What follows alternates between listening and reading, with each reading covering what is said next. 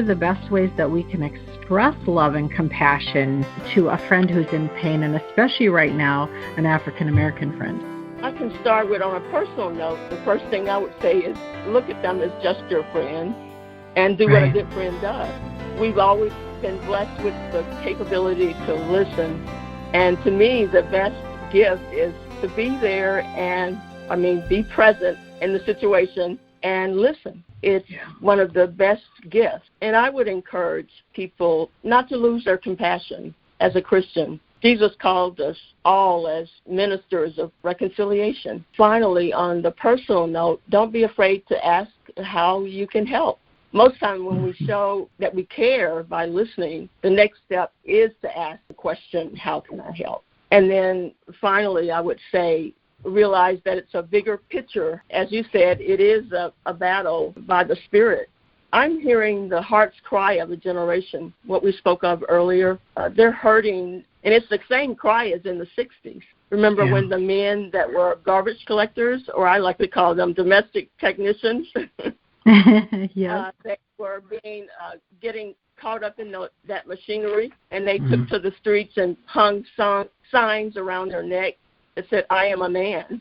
Or the cry of women all over the world treated with disrespect, denied education, and, I could go on with that list of the denial of unalienable rights to life, liberty, and the pursuit of happiness.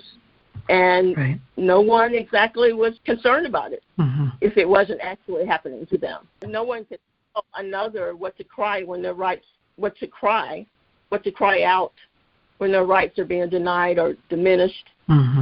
And if that happens to us, we're subject to be in that line too, saying, "I'm a man, I'm a woman, I am elderly, but I still matter. Disabled, but I still matter." God has given each of us a gift of significance. And when we don't feel that we're significant in the world, or we're being heard, or we're being discarded, it rises up as that cry.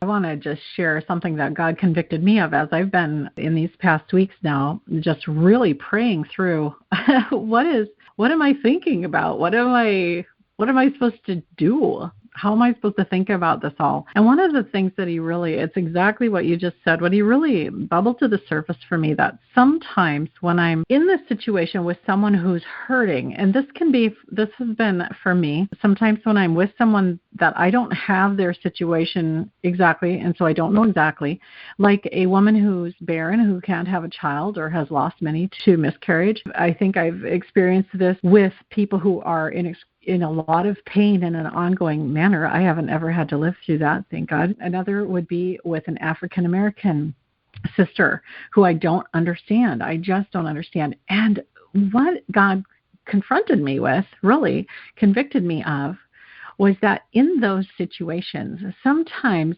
instead of being what you said, just with a friend who is suffering, I put on this different kind of a hat. I really just want to understand. I just want to really understand what they're going through. It becomes about me somehow.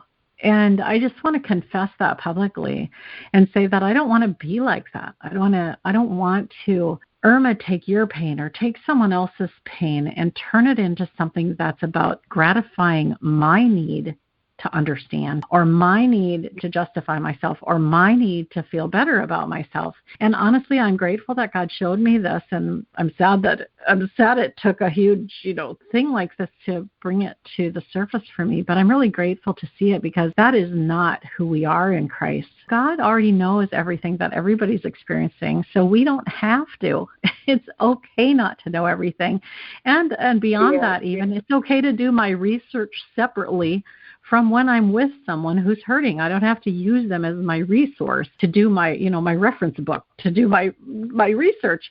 I can do all that separately later if I need to, or before I meet with them if I know, and not have them be responsible for helping me understand. Is that resonating with you? Because boy, it's sure sad to me that I've been doing that, and I'm grateful to be aware of it, and I don't want to do that anymore. Yeah, it does. It does. And in ways, I am the same way. I think that's the first step. When we can confess our fault, then the healing begins.